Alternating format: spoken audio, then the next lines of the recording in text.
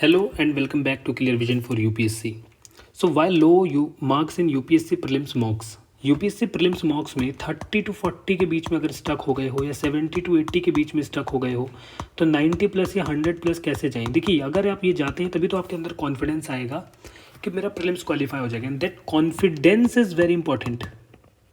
ठीक है, इस कॉन्फिडेंस को कैसे बढ़ाना है आज मैं आपको जो बातें बताऊंगा उससे आपके मॉक्स के जो मार्क्स हैं अगर आप इम्प्लीमेंट करते हो तो 30 प्लस बढ़ जाएंगे आराम से। अगर आप 30-40 स्कोर करते हो तो आप 75 प्लस 80 पहुंच जाओगे और इसी को लगातार इंप्लीमेंट करोगे तो 100 प्लस भी चले जाओगे and those who are stuck between 70-80 आप डायरेक्टली 100 प्लस जाने वाले हो। ठीक है, so let's start with this wonderful video.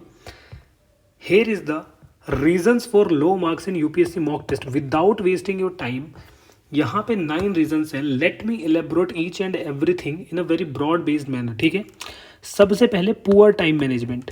ठीक है, देखिए पुअर टाइम मैनेजमेंट का मतलब ये है 2 आवर्स का पेपर है, बच्चे 1 आवर में ख़त्म कर देते हैं या 1 आवर 30 मिनट में ख़त्म कर देते हैं। इसमें बुराई नहीं है, बुराई ये है कि जल्दी ख़त्म हो गया या आपने क्वेश्चंस को फॉर ग्रांटेड ले लिया, यार ये तो बहुत ईजी है टिक मारो, और फिर वही गलत हो जाता है। First, second, weak conceptual clarity. For example geography को ले लेते हैं। ज्योग्राफी में अगर क्लाइमेटोलॉजी वाला पार्ट लें तो बच्चों को वहाँ पे इंसोलेशन या विंड्स इन सब में बहुत कन्फ्यूजन रहती है क्लाउड्स में। आप अगर मॉक टेस्ट या फिर यूपीएससी का टेस्ट सॉल्व करोगे और आपको कंसेप्चुअल क्लैरिटी नहीं है तो आप गलत करोगे क्योंकि वहाँ कंसेप्ट बेस्ड क्वेश्चन आते हैं। Third, ignoring PYQs and UPSC trend. अगर आपने यूपीएससी ट्रेंड की वीडियोस या यूपीएससी ट्रेंड नहीं एनालाइज किया है या फिर आपने पीवाईक्यूज नहीं किए, brother you will never score good marks in UPSC mock test और इवन यूपीएससी प्रीलिम्स में भी आपके मार्क्स नहीं आएंगे।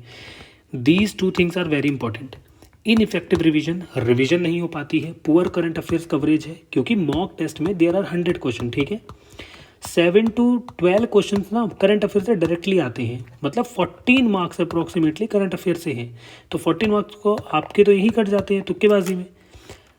6, lack of writing speed and handwriting issues. चलिए इसको मेंस के उसमें रखते हैं, इसको हटाते हैं। पैनिकिंग एंड ओवर थिंक करना, ये क्वेश्चन कैसे होगा, ये होगा इन होगा, उस शिट ये तो टफ क्वेश्चन आ गया, मेरे को तो रिवीजन ही नहीं है।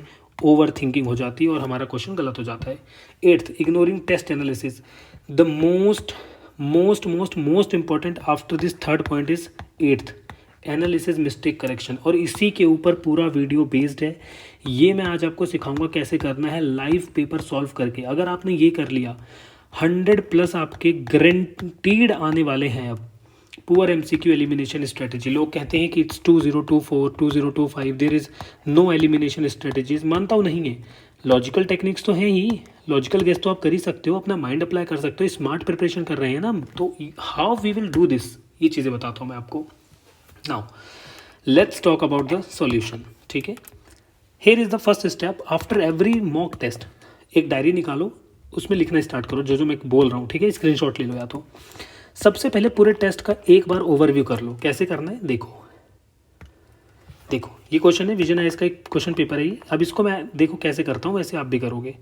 ये मैंने इसको जूम किया। ठीक है, सबसे पहला क्वेश्चन क्या है, recently the digital Bharat Nidhi has been established for which of the following purposes. ठीक है, तो मैंने अपना पेन उठाया और मेरे को सबसे पहले देखना है कि इसमें मेरे को क्या करना है। सबसे पहला काम, पेपर हमने खोला, वो पूरा ओवरव्यू करेंगे। 1 2 हम पूरा क्वेश्चन देखेंगे ऐसे कि ओके तो यहाँ पे आईआर से क्वेश्चन आया है and then India Gulf corporation council से क्वेश्चन आया है। ओके ये क्या पूछ लिया है, ठीक है।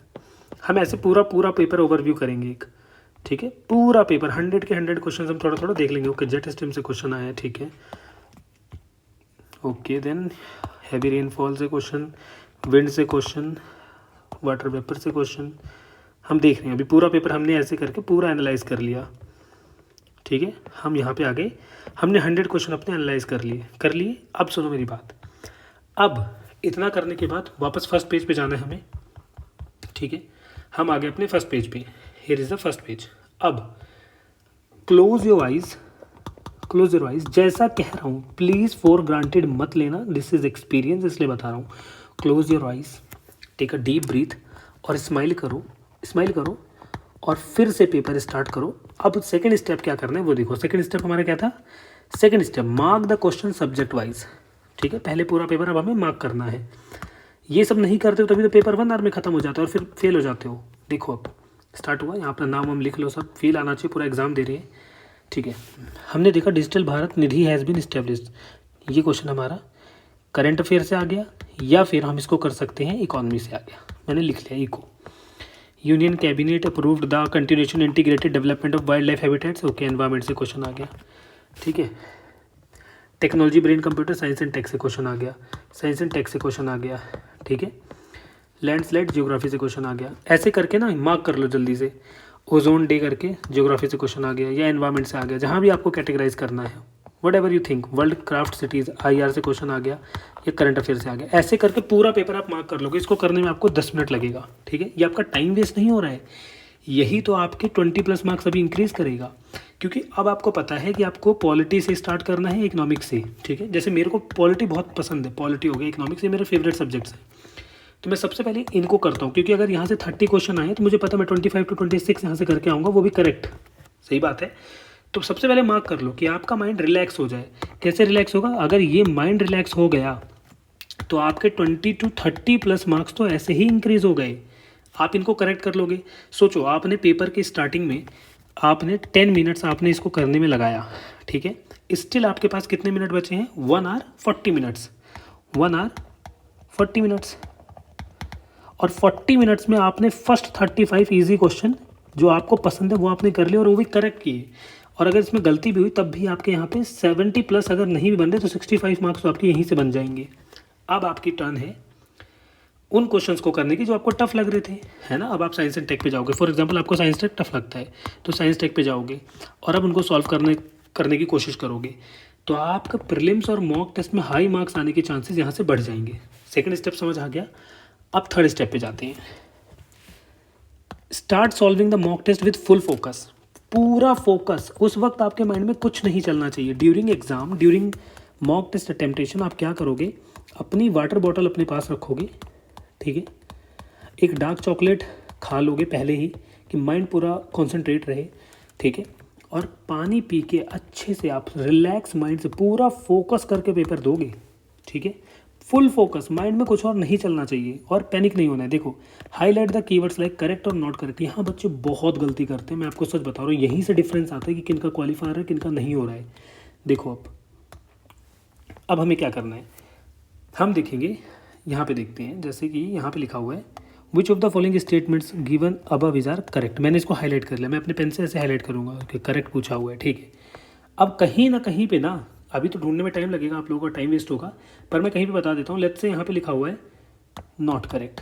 ठीक है, ऐसे लिखा हुआ है। तो आपको क्या करना है, सबसे पहले अपना पेन उठाना है, सबसे पहले पेन उठाना है और उसको मार्क कर लें, भाई ये नॉट करेक्ट पूछा हुआ है, ऐसे कर लो नॉट करेक्ट। तो आप एक करेक्ट आंसर पे ही टिक लगाओगे, आप गलती नहीं करोगे। ठीक है, हो गया, गुड। अब फोर्थ स्टेप देखो, हाईलाइट द कीवर्ड्स हमने देख लिया। Fifth, fill your OMR sheet after every 25 question. Why, reason क्या है इसके पीछे वो सुनो। There are 100 questions. तो अगर हमने एक बार में 50 क्वेश्चंस भरने की कोशिश करी है, 100 करने की कोशिश करी, तो OMR हम गलत भर देते हैं। हो सकता है 7th का आंसर A लगाना था, हमने 7th का 8th में लगा दिया, 8th का 9th में लगा दिया। एक साथ 4 से 5 नंबर हमारे कट जाते हैं। ठीक है, और वो भी 2-2 के टर्म्स में कटेंगे। मतलब एक गलती हुई तो 2 गए, एक गलती हुई तो 2, मतलब 2-2 तो हमारी गलत हुए प्लस 0.6 मार्क्स और जाएंगे नेगेटिव। ठीक है, आती हुई चीज़ें गलत हो गई ना। तो सबसे पहले क्या करना है, स्टार्टिंग के 25 करके, जो भी आपने 25 क्वेश्चन किए पहले उनको अपनी OMR में आराम से भर लो, फिर नेक्स्ट 25 फिर कर लो, फिर नेक्स्ट 25 फिर भर लो। इससे गलती का चांस हो जाएगा 0। ठीक है, यहाँ से भी मार्क्स इंप्रूव हो जाएंगे आपकी। Now the most important part of this particular video, after completing your mock test it's time to analyse. और ये इतना इफेक्टिव मैं आपको बताने जा रहा हूँ, इतना इफेक्टिव कि आप पूछो मत। This is the most effective part. देखो, पेपर हो गया आपका, now it's time to analyse. एक डायरी खरीद लो, एक डायरी खरीदो, थोड़ा बड़े पेजेस की खरीदना, और उस पर ये चार्ट बनाओ। टोटल क्वेश्चन कितने थे? ये थे 100 थे। ठीक है, करेक्ट आपने कितने किए वो लिखो, इनकरेक्ट कितने किए ये लिखो, टोटल अटेम्प्ट कितने किए थे इतने किए थे, गैस वर्क से कितने आंसर सही आ रहे हैं, मतलब आपका गैस वर्क, आपकी तुक्केबाजी कितनी सही है। देखो, गैस वर्क भी वही कर सकता है जिसने पढ़ाई करी हो, हवा में तुक्केबाजी करोगे गलती होगी। तो लॉजिकल गैस से आपके कितने आए हैं? ओके, इतने आए हैं। Wrong due to lack of revision, कौन से ऐसे क्वेश्चन थे जो ईजी थे बट आपके रिवीजन के लैकिंग की वजह से कम मार्क्स आए हैं, उनको लिखो। कन्फ्यूजन इन 50-50, ऐसे कौन से क्वेश्चन थे जिसमें 4 ऑप्शन थे और आप 1 और 2 में कन्फ्यूज हो गए थे कि ये होगा या ये होगा। ये क्यों होता है? Lack of revision. अगर यहाँ पे रिवीजन अच्छी हो तो यहाँ पे भी आ जाएगा।